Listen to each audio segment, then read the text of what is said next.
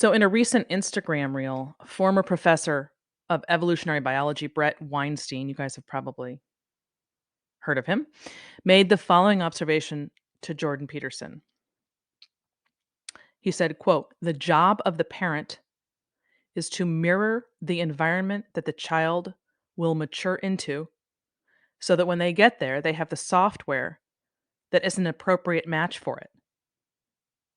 And a lot of mental health issues come down to a mismatch between the software that your developmental environment produced, meaning your upbringing, and the environment you actually live in." End quote. In other words, your parents properly prepared you for the future or they didn't. That's basically what he was saying. And you'll recall that in my last episode, I referenced the Pew study that money and career are the single greatest goal American parents have for their adult children, 4 times greater than their desire for their children to get married and have a family. And ironically, which I failed to say in that last episode, in that same Pew study, the number one concern of today's parents, not a goal for their kids, this is a separate question. The number one concern of today's parents is their children's mental health problems, which it should be. It's a massive, massive problem today. But no connection is made between their adult children's mental health issues and the massive relationship problems that exist in this generation as a result of that other piece of the study that showed what's most important to today's generational since the pa- to today's to the parents, sorry, of today's generation. This is especially true for women who've made it very clear, particularly on social media, how they cannot keep up with the demands of their lives, which, who could? And really when they say that, they mean they can't possibly measure up to their parents' expectations for them to produce in the marketplace in some fantastic fashion that sets them apart from the average person because it's not considered good enough to lead a simple everyday life for this generation of women. The assumption is that they are their accomplishments, that without achieving some great success in the way we choose to define it today, which is always via money and power rather than the relationships that we build at home, which is another form of success, that they're worthless. This is the message modern women have received from both their parents and the culture.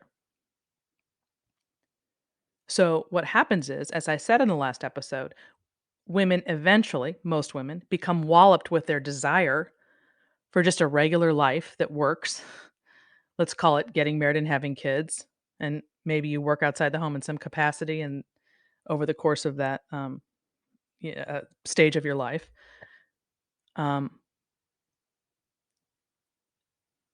they become walloped with this desire for that life. And this is a great example of Brett Weinstein's point that there's a mismatch in how kids are being raised today, especially daughters, and how most of them and what most of them end up wanting or experiencing down the line. So the obvious answer to this problem is as Weinstein notes, and I know this by the way because as I said, those are the people I hear from. All the women in their 30s who reach out to me, basically in their 30s.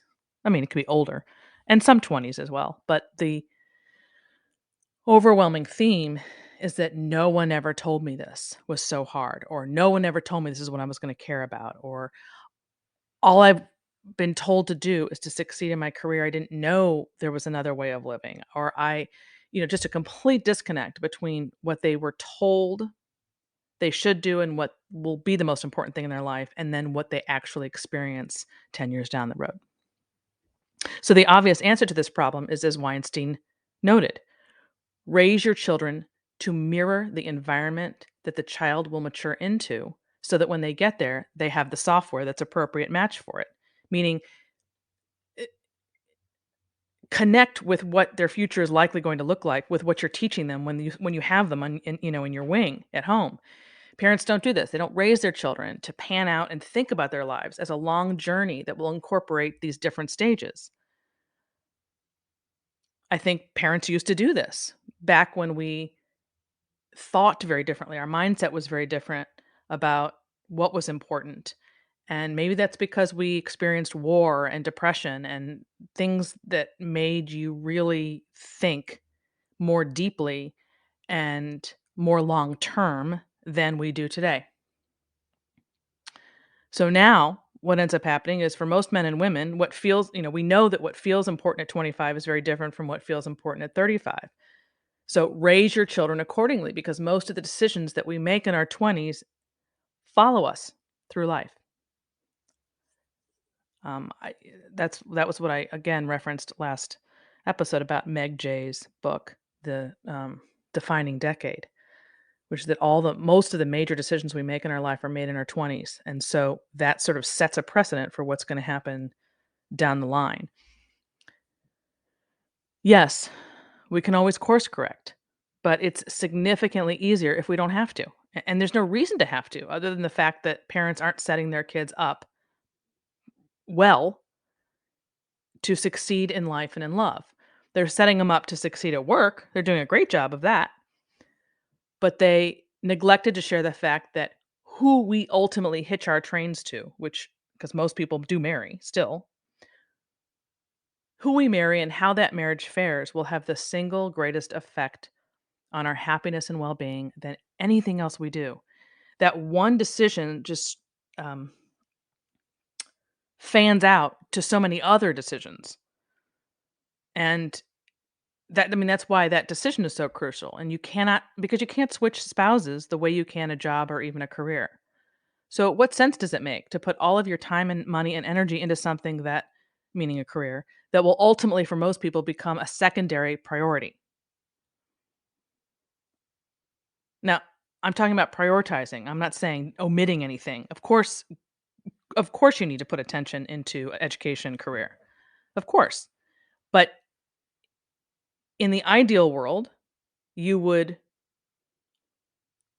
put the ultimate goal, if for you and for most people it will be your marriage and your family and your home life, your personal life, and fit those other decisions in around that. And we teach the exact reverse, the exact reverse. And that is why it's falling apart because it was never meant to be that way. Those are the people I get who call me to try to undo those things. And all I'm saying is it's very hard and it's unnecessary to have to do that. When in reality, it could have been done differently all along if parents, um, matched, uh, the messaging that they give with what is most likely to be their kid's future.